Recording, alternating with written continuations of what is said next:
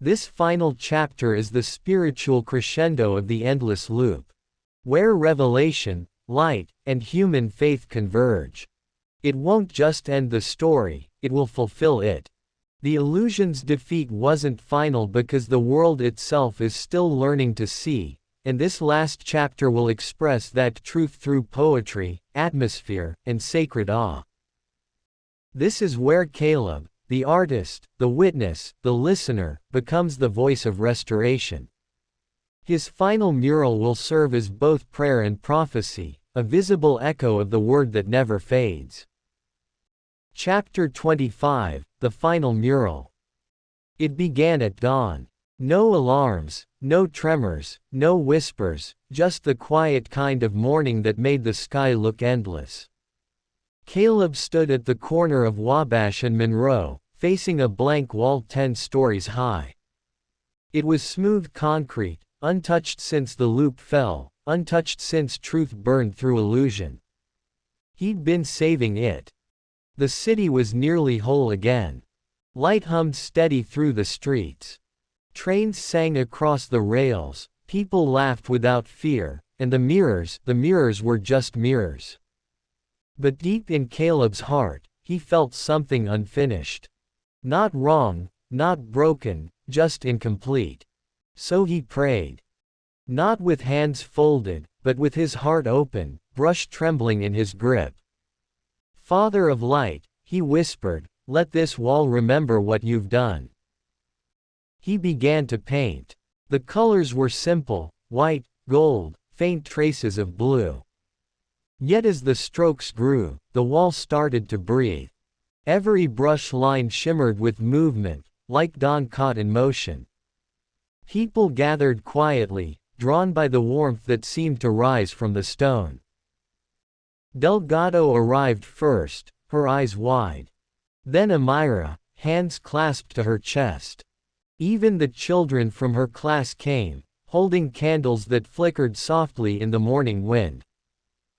As Caleb painted, the mural began to take shape, not of faces, not of buildings, but of light itself, forming a vast circle, open in the center, its edges like wings.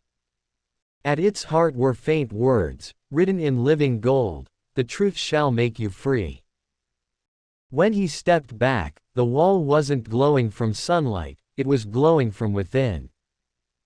A pulse rippled through the street, silent but powerful.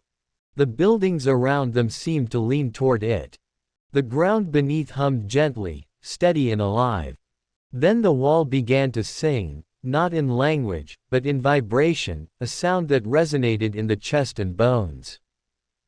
The people felt it more than heard it, a harmony between heaven and earth, between creator and creation. Amira whispered through tears, it's not just the city anymore. It's becoming. And Caleb, covered in paint and light, turned to the crowd. The loop was never a place, he said softly. It was what happens when we forget who spoke first, when we trade the word for the echo. He pointed to the mural, its glow spreading slowly across the neighboring buildings. But this, he said, is what happens when we remember. The light rose higher, flowing from the wall like liquid dawn. It spilled into the air, touching glass, steel, skin, soul. For a moment, every reflection in the city showed the same image, not faces, but a world made whole.